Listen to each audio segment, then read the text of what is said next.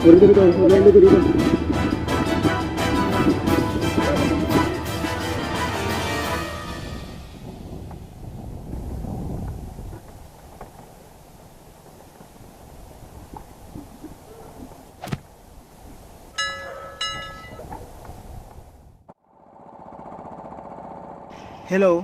good day po sa inyo lahat.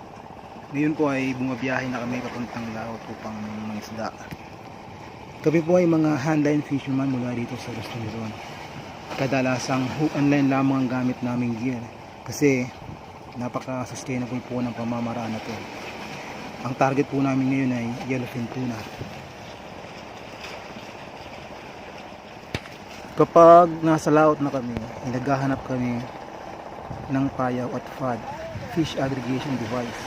Dito kasi kumakanlong ang maliliit na isda na siya namang kinakain ng malalaking isda tulad ng yellowfin tuna, black marlin, blue marlin, dorado, mahi-mahi at tangigi. Malalaking kumpanya ang nagmay-ari ng mga payaw, mahal kasi ang pagpapagawa nito.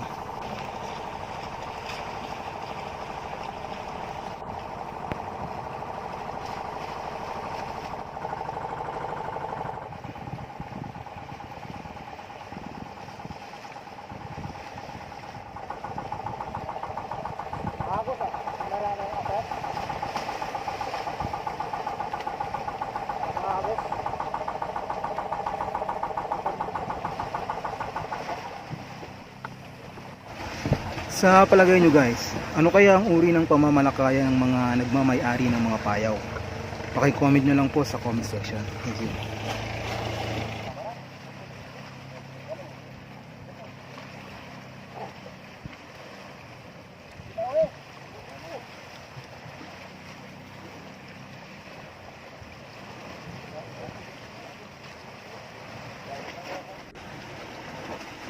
Sa gabi kami madalas nanguhuli ng mga tuna. Kaya pag-umpisa ng gabi ay nanguhuli na kami ng pamain tulad ng pusit. Kailangan buhay itong papain kasi para madaling makita ng isda kahit na sa madilim na parte ng dagat.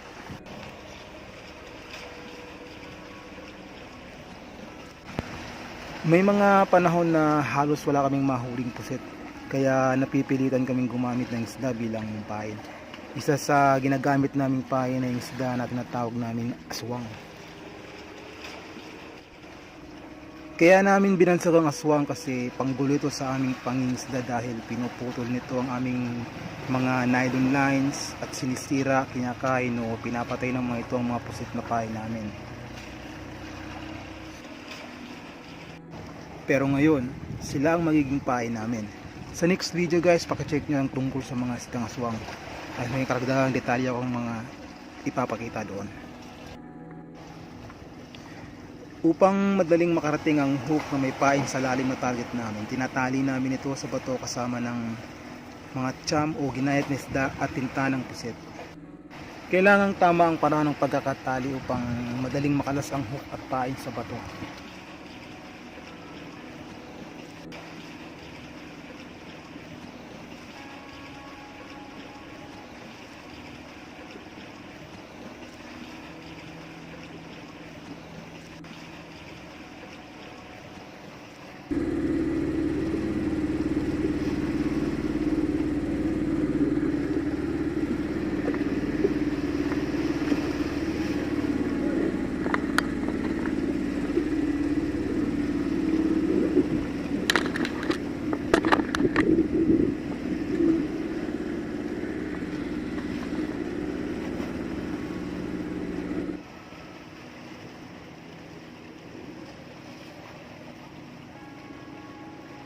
Kapag nasa tamang lalim na sa kahatakin ng biglaan upang makalas ang bato. Nakakatulong din kasing maka-attract ng isda ang vibration na nililikha kapag nakakalas ito kasama yung mga cham at tinta ng pusit. Saka ito itatali sa kawayan kagaya ng pagkakatali sa bato.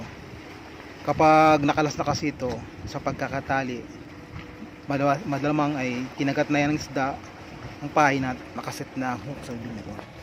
At yun, sinuwerte kami ngayong gabi dahil may kumagat ng tuna sa pain namin. Kailangang maging maingat kami sa paghila nito dahil Sa mga katulad nito, nakasalalay ang kakainin ng aming mga pamilya.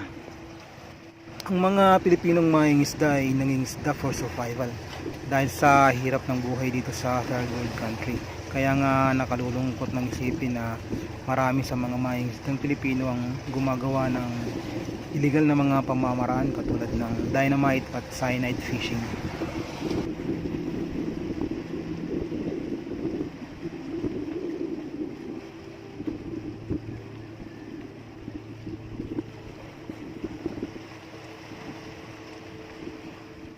Tulong-tulong kami sa paghila nito upang masiguro na maisampa talaga ito.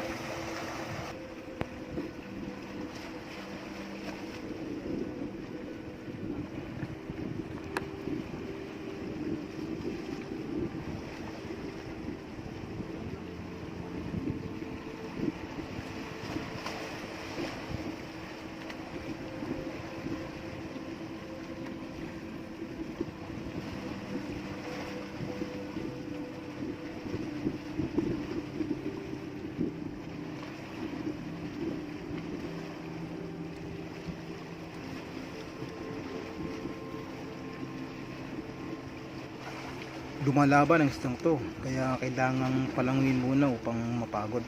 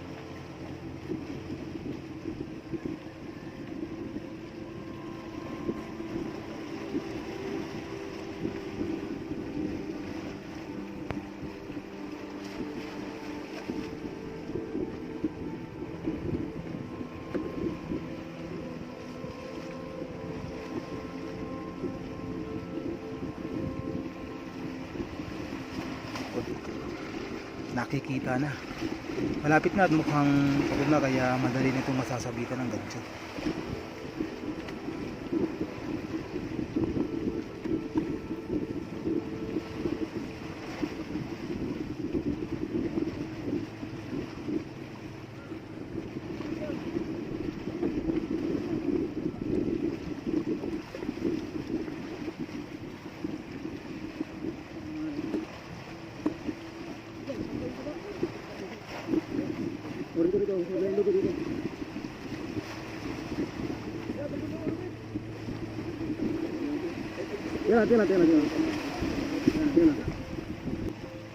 Tatalian lang muna namin ito ng lubid dahil kailangan pa namin mag-area pa, baka sakaling may mga kasama pang isdang ito.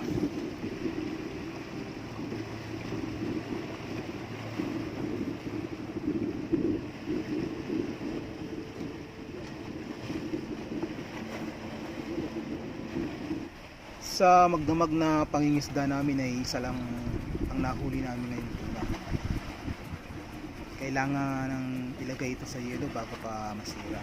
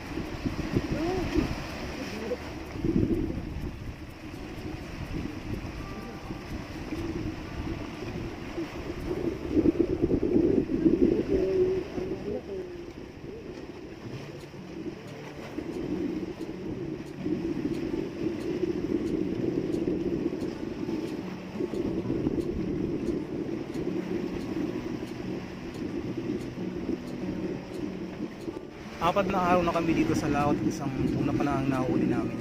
Nung nakanipas na araw ay mga nahuli na kaming dorado at tangili.